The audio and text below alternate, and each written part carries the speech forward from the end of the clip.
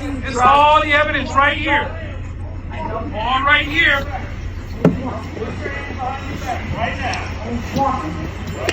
Y'all ain't gonna be talking about black people no more. Woo! Okay. Walking now, huh?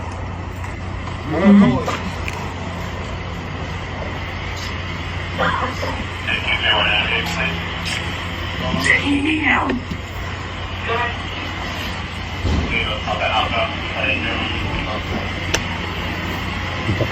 Yeah.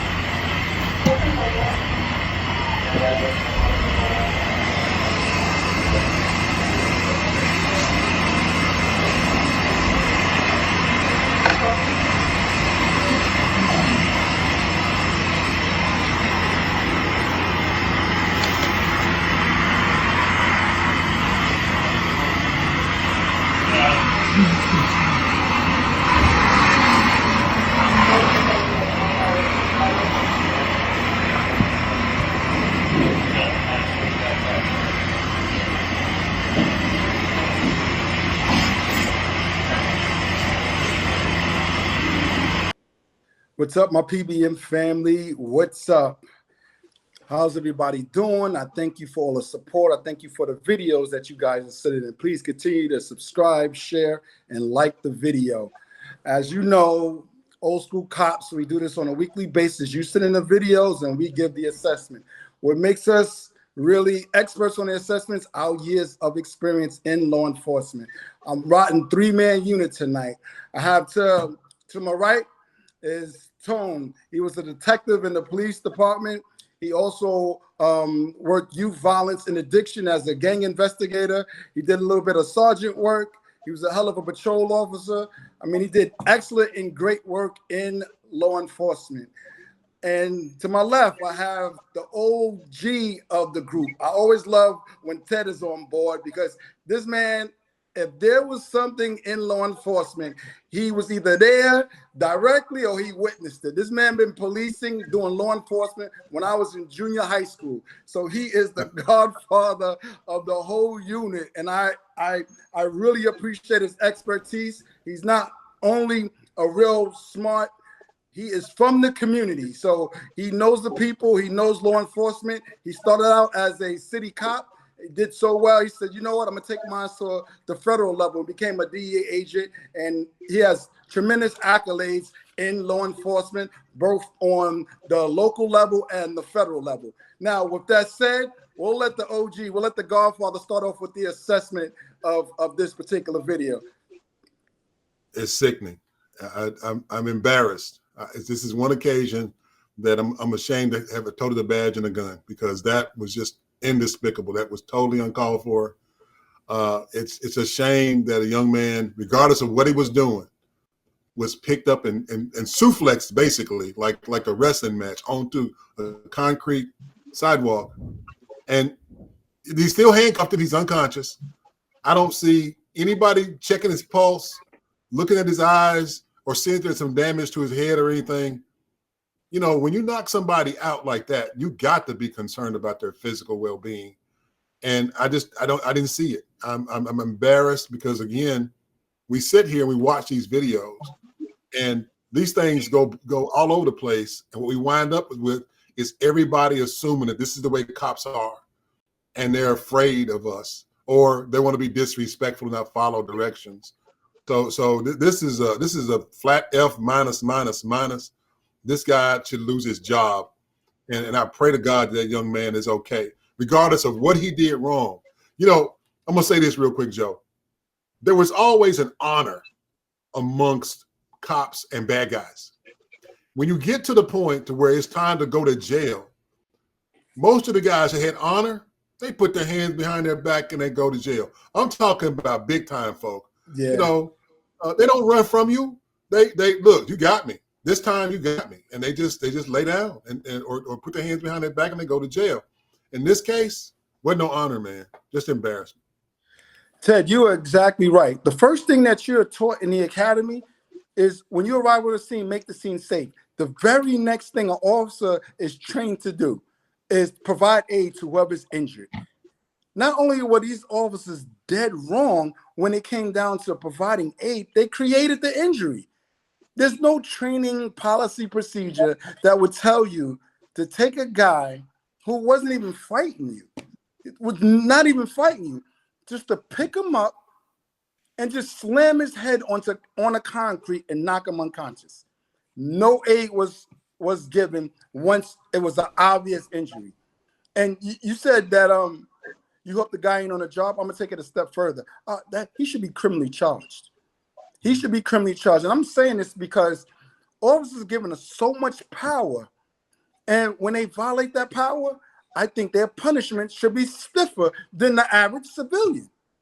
I really honestly believe when you give these guys, you give us the trust to go out and operate as trained professionals that we're going to protect and serve our community, and we abuse that power, right?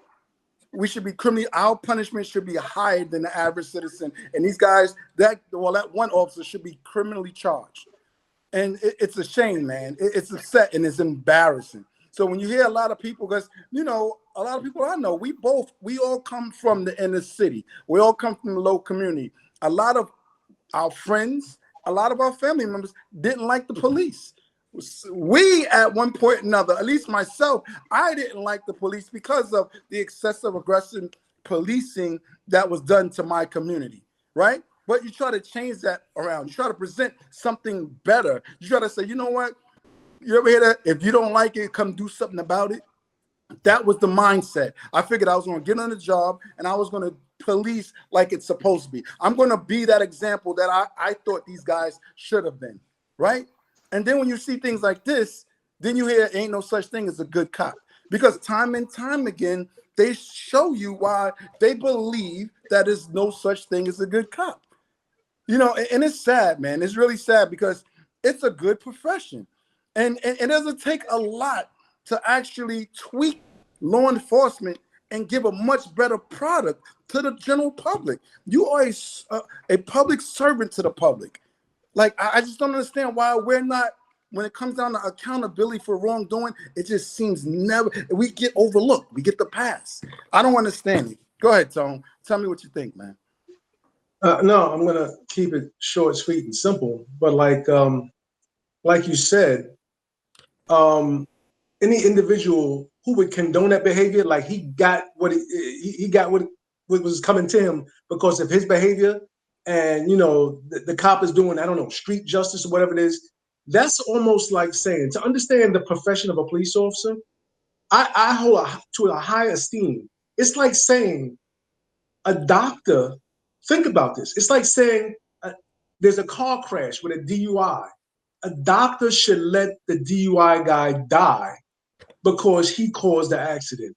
And that's not, the doctor's under oath. His job is to save life no matter what.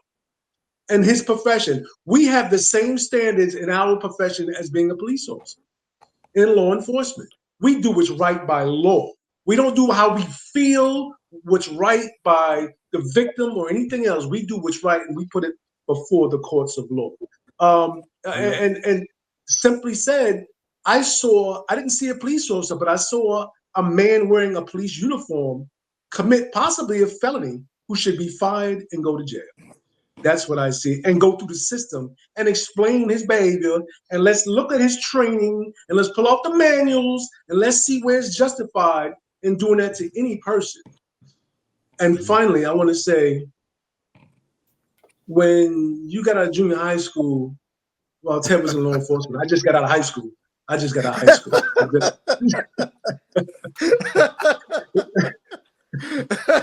Yeah, I'm old as dirt. I accept that. I had a birthday this week. I'm 66 now. All right. Happy birthday, man. Happy birthday. God bless. He was responding to calls and a bug and carrots and a horse. Wow. No, I got one for you, Joe. I got one for you. So me and this old guy, we respond to a car burglary in progress. And we pull up, and he puts the car in park, and I jump out, and I break down because I'm getting ready to chase this kid. He don't run. He just stands there. So my partner goes, "Why did you run?" He said he looked like he could catch me. And for the audience, right? For my audience, who Hey don't know, man, I came out broke down, ready to go. He said, "Oh no." Listen, for my audience, I'm for gonna y'all to give up. understand, right?